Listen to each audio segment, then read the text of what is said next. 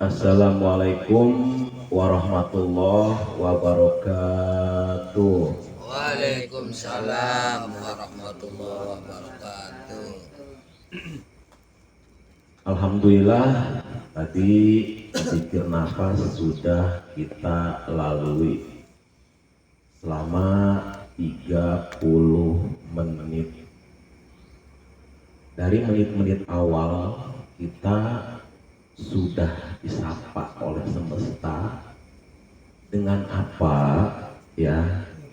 Dengan angin yang sejuk. Udaranya sangat sejuk sekali menyapa kita.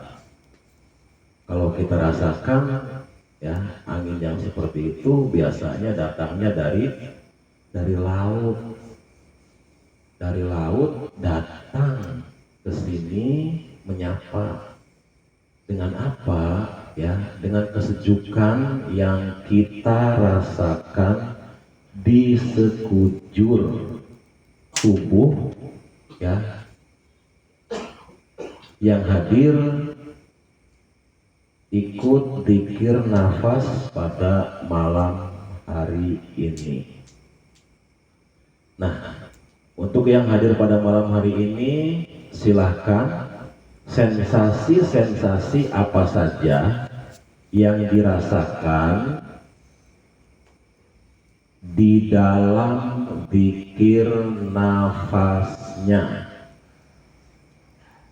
Ya, ada sapaan mesra apa dari alam, ada informasi apa dari alam, silahkan diuraikan. Untuk yang pertama, kepada Gus Jaki, silahkan diurai ya kalimat-kalimatnya yang rapi dan tertata. Silahkan untuk Gus Jaki. Bismillahirrahmanirrahim. Assalamualaikum warahmatullahi wabarakatuh. Waalaikumsalam warahmatullahi wabarakatuh. Terima kasih Kanjeng atas waktunya dan atas bimbingannya selama ini. Alhamdulillah di hari ini saya bisa kembali berzikir nafas di sini. Seperti yang tadi Kanjeng katakan di menit pertama itu, semilir angin sejuk, damai, tenang, sehingga seperti masuk ke dalam jiwa ini dan membuat zikir nafas meditasi ini terasa lebih khusyuk. Ya. Kemudian di situ di menit-menit ke 10 menit kemudian Ya. saya merasakan keluar dari guanya itu berbentuk segitiga di tepi pantai. Oh, Di pantai mana? guanya bentuknya seperti piramid gitu. Iya, Segitiga. segitiga. Ya, oke, lanjut. Saya berjalan keluar terus lurus maju ke arah tengah pantai, berjalan di atas pantai. Oh, berarti berjalannya itu Gus, berarti di atas air ya? Kamu tuh jalannya tuh di atas air, laut. menuju ke tengah berarti. Di tengah laut Iya. saya bertemu dengan ratu, seperti disambut dan dipersilakan untuk menaiki kereta kencananya. Oh iya. Kereta kencananya indah Jadi banget. di situ sudah disediakan kereta kencana ya. Terus Saya diajak masuk ke dalam laut di sana. oh berarti masuk ke dalam laut itu berarti pakai kereta kencana. Iya, Gus. masuk. Oke, Terus terus menemukan ruangan yang gelap gulita, masuk terus, masih ada air. oh masuk ke Ruangan ya. yang masuk, terus Ruangan yang ada gelap. di ujungnya ada sebuah cahaya. Di situ baru mulai hampa udara, ada nggak ada air ya di situ. Di situ di ruangan itu sudah berkumpul ada Buya Syakur, Oh, di ruangan situ ada Buya. Terus ada raja-raja zaman dahulu sudah berkumpul semua, oh, ada para raja-raja udah berkumpul di situ. para wali-wali yang disebut wali songo di situ sudah berkumpul. Para wali juga hadir di situ, ada raja-raja, para wali. Terus Kemudian Buya berkata, udah pada kumpul semua tah? Tempun Buya. nah, terus Buya berkata, udah pada kumpul semua tah gitu. Iya. Udah. Di situ pula Buya mulai membuka apa? Seperti rapat ya, gitu, seperti Iya, rapat. seperti rapat para raja dan para kekasih Allah. Nanti di bulan-bulan ini, Nanti di bulan-bulan ini nanti kan ada banyak bencana. Itu sebenarnya bukan bencana, tapi Nusantara sedang membersihkan sampah-sampah. Nusantara sedang membersihkan sampah-sampah. Nanti ada banyak muncul artefak, terus yang peninggalan zaman dahulu. Nanti akan banyak muncul artefak-artefak ya, candi-candi ya, bekas peninggalan zaman dahulu. Lanjut. Kemudian di situ banyak orang-orang baik itu yang dari agama Islam, Muslim ya, atau Kristen, Hindu, Buddha akan kembali kepada ajaran leluhurnya yang menyebarkan kasih sayang. Iya. Terus ada yang bilang berarti nanti pada murtad. Bukan murtad itu adalah bentuk kesombongan, kemunafikan dan lain sebagainya. Jadi murtad itu ya, kata beliau guru rohani kita, adalah kesombongan. Mau kemurtadan tuh ya, kesombongan, terus Ya kemunafikan dan selalu ingin disanjung-sanjung. oh, selalu ingin disanjung, Merasa artinya lebih baik. selalu ini selalu apa ya, memupuk ego gitu ya. Udah, terus Kan pada zaman dulu itu kan belum mengenal apa namanya Tuhan atau apa. Loh, itu kepercayaan itu juga kan ada suatu, mereka meyakini ada sesuatu yang lebih kuat. Jadi bukan ateis itu. Kemudian setelah itu pada diam semua, waktunya keburu habis.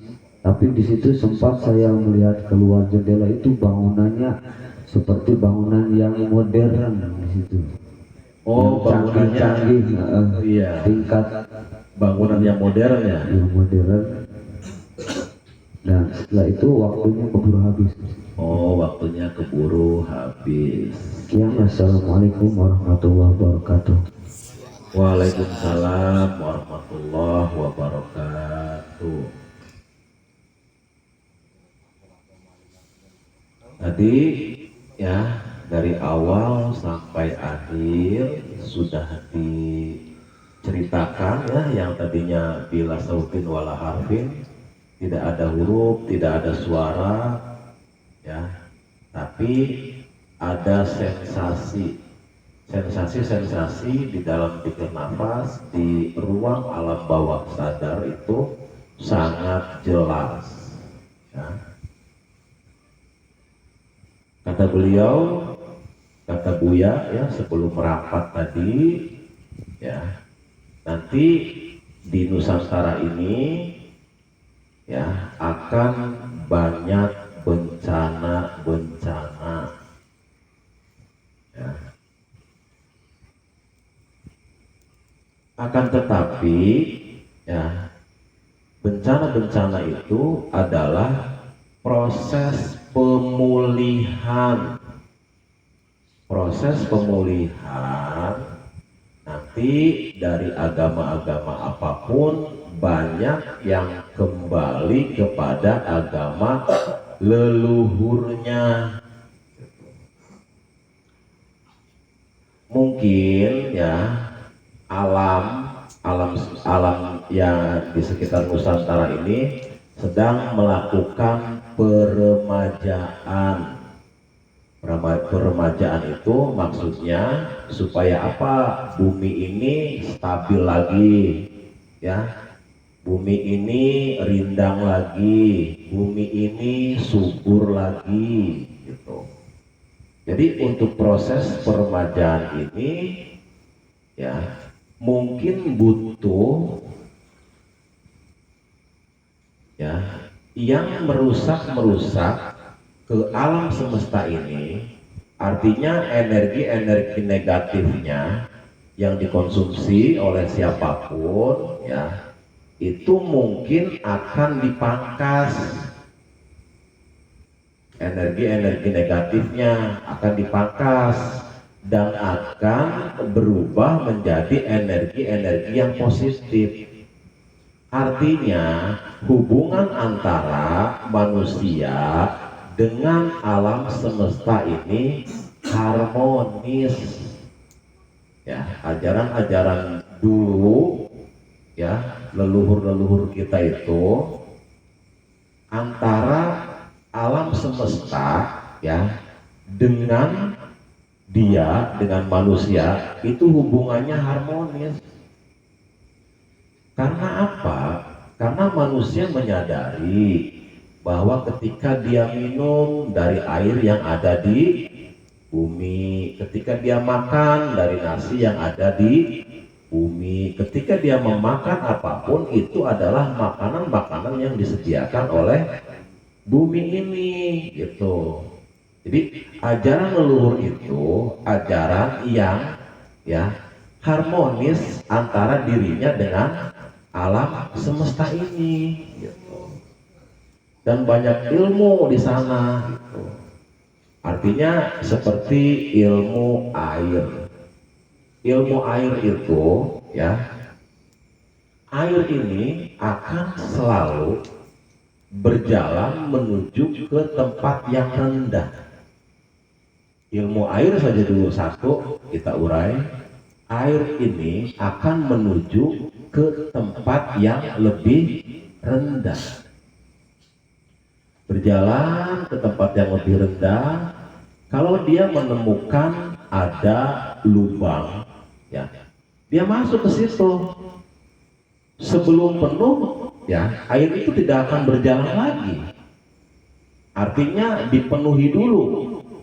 Nah, orang yang berlubang tadi, ya, orang-orang yang rendah hati, jujur, ya, itu nanti akan dilalui oleh air ini, dan air ini akan memberikan kesejukan. Ya, artinya ilmu-ilmu leluhur itu seperti itu. Nah, ketika air ini berjalan, ya, walaupun ada yang menghalangi batu besar, air ini nggak bakalan marah, ya. Air ini tidak akan marah dan air itu akan tetap mencari jalan, ya, yang dilewati dengan tanpa memarahi batu itu. Artinya alangkah santunnya air itu untuk menyuburkan bumi yang gersang, ya, dia rela berjalan terus, apapun yang menghalangi dia tidak pernah marah. Nah, itu banyak nasihat-nasihat dari air, dari udara, dari tumbuh-tumbuhan, ya. Nah, ketika kita mesra dengan alam semesta ini, ya, yang ikro kita bacalah kitab diri, ya, dan kitab semesta, kitab kauniyah, gitu, kitab kehidupan, gitu. Nah,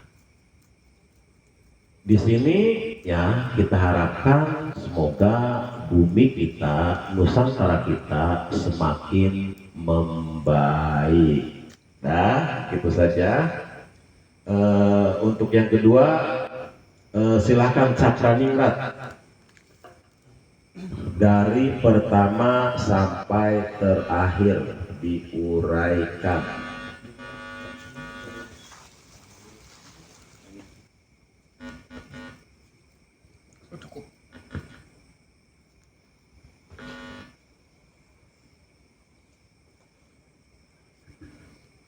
Assalamualaikum warahmatullahi wabarakatuh. Waalaikumsalam warahmatullahi wabarakatuh. Alhamdulillah, Kanjeng, terima kasih atas waktunya. Iya, Lesson pertama tuh rasakan kesejukan, iya, sejuk, Iya. gitu ya. kemudian naik lagi ke atas, diajak naik, Iya, naik. kemudian melihat istana, Kanjeng. Oh, ada istana. Iya. Iya. Kemudian- Istana di atas awan berarti ya? Di atas Oke, awan. Iya. Bertemu dengan Mbah Fanani Oh, Mbah Fanani. Mbah Fanani yang di Gunung Dieng ya? di Betul. Ini ngendi? di mana tuh? Tengger. Iya. Iya, Terus? beliau berpesan ini titip teko emas buat Kanjeng Sarif. Oh, titip teko emas. Oke. Terus? Kemudian di part terakhir tuh tadi dari istana tuh ada pengawal.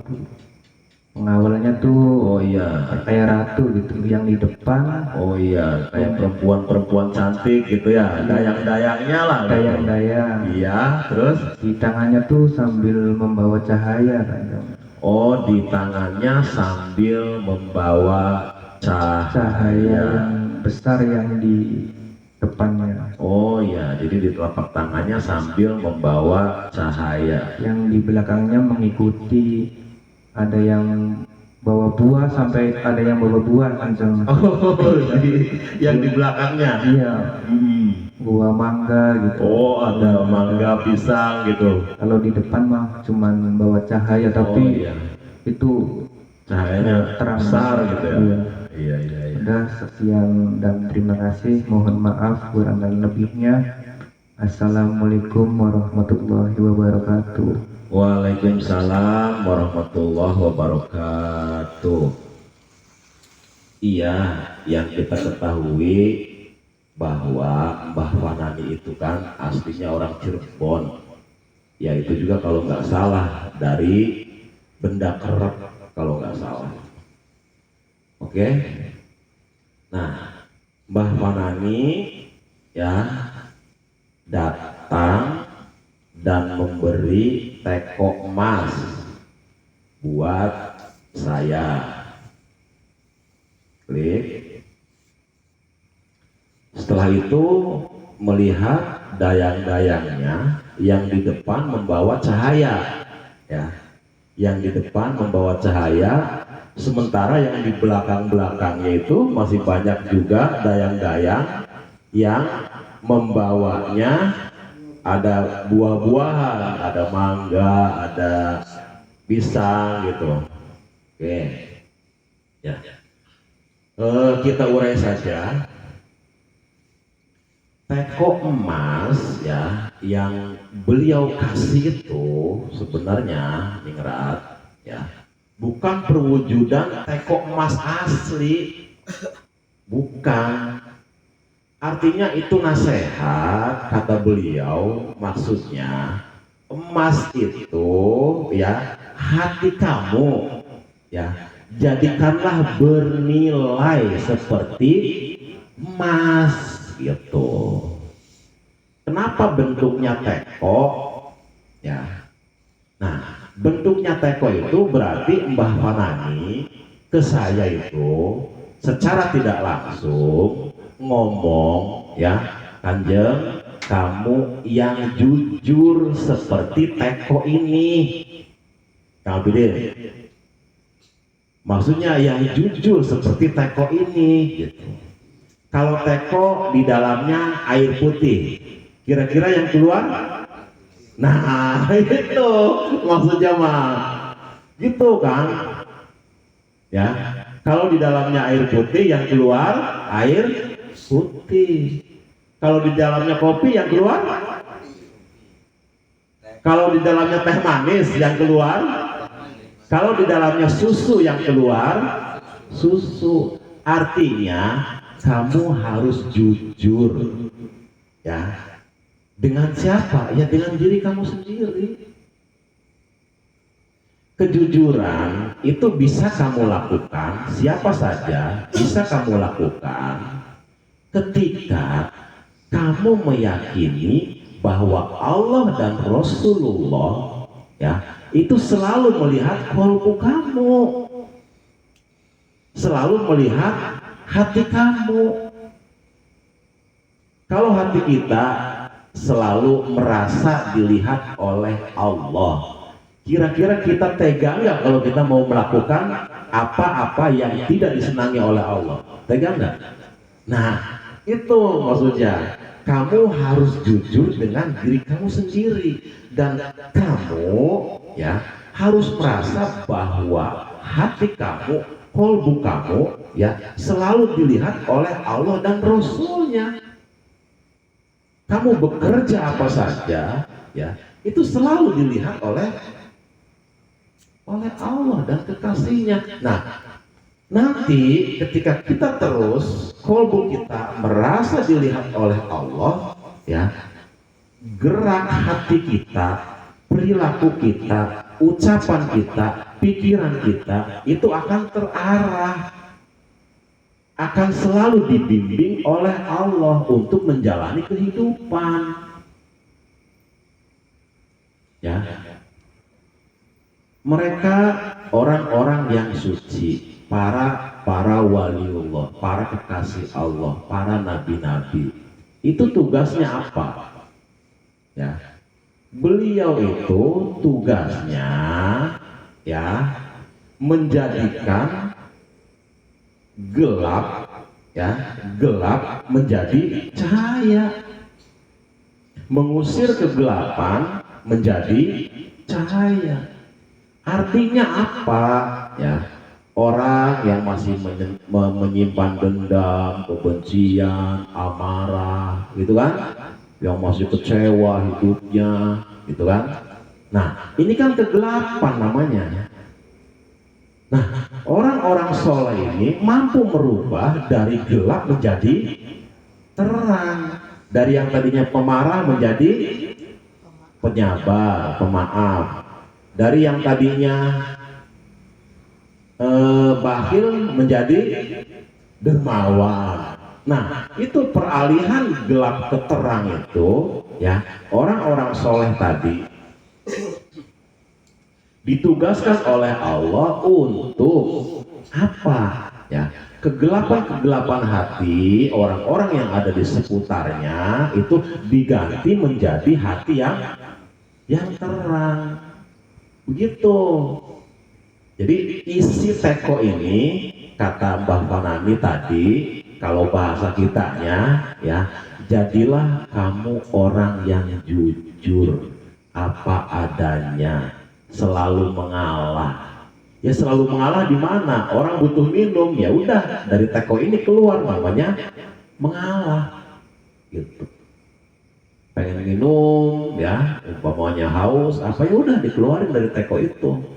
Air-air kesejukan, air-air penyejuk jiwa, air-air tauhid ya, dimana air-air itu mampu ya membuat gurun-gurun yang tandus, gurun-gurun yang gersang menjadi tanah yang subur. Nah, begitu kira-kira. Nah, kalaupun ada dayang-dayang ya yang membawa cahaya ya, ya itu mungkin ya di situ saya di sini dituntut untuk memberikan ya sepelik cahaya lah. Walaupun kita tidak menjadi mercusuar, tidak menjadi cahaya matahari, ya setidak-tidaknya kita menjadi cahaya lilin saja. Karena setitik cahaya saja, Gus Jaki, itu sangat bernilai sekali ketika kita berada di kegelapan. Gitu. Nah, untuk yang ketiga silahkan Kang Jamil. Kang Jamil diurai dari awal sampai akhir. Silahkan.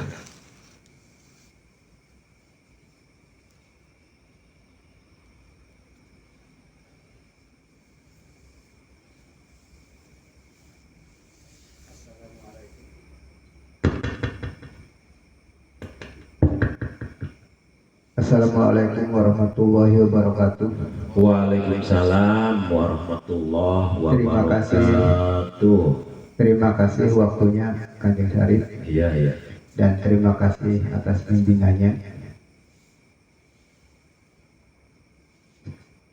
Selama saya mengikuti dikir napas yang dibimbing oleh Kanjeng Syarif, alhamdulillah ketika masuk ke dikir napas, berlahan-lahan berusaha untuk konsentrasi, berlahan-lahan berusaha untuk konsentrasi, walaupun agak lama dalam konsentrasinya. Setelah merasakan konsentrasi, awal semedi saya bertemu dengan kepala harimau, kalau bahasa Sunda kepala maung, warna belang-belangnya kuning dan putih. Ya. Lalu wujud harimau itu sempurna kelihatan seluruh tubuh harimau itu. Jadi tadinya melihat kepalanya aja. Kepalanya aja, Terus berwarna berwujud sempurna. berwujud sempurna. Iya. Saya diajak keliling majelis dan berhenti di kolam majelis berbentuk kolam yang berupa marmer coklat. Oh, ke majelis, ke situ ya, di belakang majelis. Cuman yang kamu lihat di situ adalah marmer warna coklat. Iya. Iya. Dan harimau itu ngomong, Marmer warna coklatnya tuh ini tah. Bentuknya tuh apa? Bulat tah. bulat ya. Oh iya. Kolamnya bulat, tapi Iya. dari marmer semua kan Jang? Dari marmer. Marmer Iya. semua, Oke. Maunya tuh ngomong, wong sing manjing ning majelis iki kabeh dadi mau. Orang yang Masuk ke majelis ini semua akan menjadi harimau. maung gitu ya. Iya. Oke. Yang lebih ekstrim itu Iya. kan mau ngomong sing ngemanjing ning majelis iki kabeh dadi mau. Ya anak turun aku. Apa teh? Ya anak turun aku. Anak turun aku Oh, kabeh. anak turunanku kabeh itu. Iya, iya. Setelah itu saya minta pamit dan sadar. Oke, anak turunanku kabeh itu maksudnya anak cucuku semua gitu ya. Iya, iya, iya, iya. Jadi begini ya, kalau diurai, pertama itu yang kelihatan hanya kepalanya saja. Ya artinya artinya yang kelihatan kepalanya saja itu, kalau orang pertama masuk ke majelis, ya umpamanya, ya masih dipandu, dikir nafas di sini, masih kita urai untuk bahan bakar dikir nafas itu kedermawanan, cinta kasih gitu kan. Ya, nah itu awal kepala gitu. Nah, sudah lama di sini dikir nafasnya istiqomah, dermawannya istiqomah, ya, belajar untuk membersihkan hatinya istiqomah. Ya. lama-lama itu akan terwujud menjadi maung gitu. Nah, udah seperti itu kamu berjalan ya, maungnya dinaikin nggak? Oke ya, maungnya dibawa gitu kan, terus ke belakang. Kebetulan di majelis ini ada kolam, dan di kolam itu melihat apa tadi? Marmer warna coklat gitu. Nah, terus maung itu bilang, orang yang masuk ke majelis ini semua akan menjadi maung ya. Terus yang terakhir, nah yang terakhirnya anak turunanku semua. Jadi mungkin di majelis ini ya, untuk mereka orang-orang yang punya leluhur orang soleh, orang yang punya leluhur orang soleh ya, itu mungkin mereka digerakkan oleh orang-orang soleh itu ya, leluhurnya untuk datang ke sini gitu. Dan di sini diajarin, dipandu zikir nafas gitu. Nah, maksudnya maung itu ya, nanti semuanya yang masuk ke majelis ini akan menjadi maung. Maung itu bahasa kitanya manusia unggul. Artinya apa sih manusia unggul itu ya? Manusia yang punya perilaku ya, tidak seperti perilaku yang umum. Maksudnya kalau yang lain dimarahin ya, dianya marah lagi, itu namanya umum ya. Nah, orang-orang yang unggul ini, maksudnya orang-orang unggul ini ketika dia dimarahin ya, dia tidak akan balik untuk marah, akan tetapi dia introspeksi, kok kenapa ya dia bisa marah ke saya gitu. Nah, ketika diintrospeksi, dilihat, oh iya, ini saya yang salah. Tuh, begitu. Maksudnya perilakunya, dari segi perilakunya itu tidak umum dengan orang lain.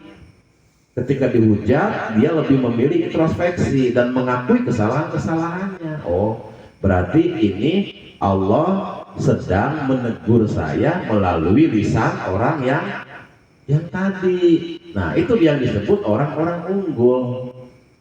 Nah, orang-orang unggul itu umpama ya, orang semua banyak yang bahil semua gitu kan ya, dia enggak, dia dermawan, artinya punya perilaku yang tidak dimiliki oleh orang lain. Dari mana kedermawanannya ini timbul ya? Timbulnya kedermawanan itu karena satu, dia meyakini bahwa rezeki yang dia terima itu datang dan diberi oleh Allah gitu. Nah, itu namanya perilaku ya, manusia unggul. Melihat di sekelilingnya anak-anak ya, umpama nggak bisa ngaji, ya diajarin supaya bisa ngaji. Ngelihat tetangga-tetangga yang nggak bisa usaha, diajarin supaya bisa usaha. Itu namanya manusia unggul gitu. Nah, orang-orang yang seperti itu adalah orang yang menjadi cahaya di dalam kegelapan gitu. Jadi di zikir nafas tadi itu mengisyaratkan bahwa ya, orang-orang soleh ya, orang-orang soleh leluhur-leluhurnya, ya para leluhur itu sangat mendambakan anak dan cucunya untuk bisa mengenal Allah gitu. Nah, di situ diisyaratkan bahwa yang datang ke sini nanti insya Allah akan menjadi manusia yang unggul di kampung halamannya atau di tempatnya masing-masing. Dan untuk season pertama ini cukup ya, begitu saja. Kita ngambil dari nasihat ya, ketika kita hening, diam di alam bawah sadar, banyak nasihat-nasihat yang masuk ke diri kita. Dan ini nasihat-nasihat online, nasihat-nasihat yang terkini gitu. Oke, cukup sekian saja. Wabillahi taufiq wal hidayah. Wassalamualaikum warahmatullahi wabarakatuh. Waalaikumsalam warahmatullahi wabarakatuh.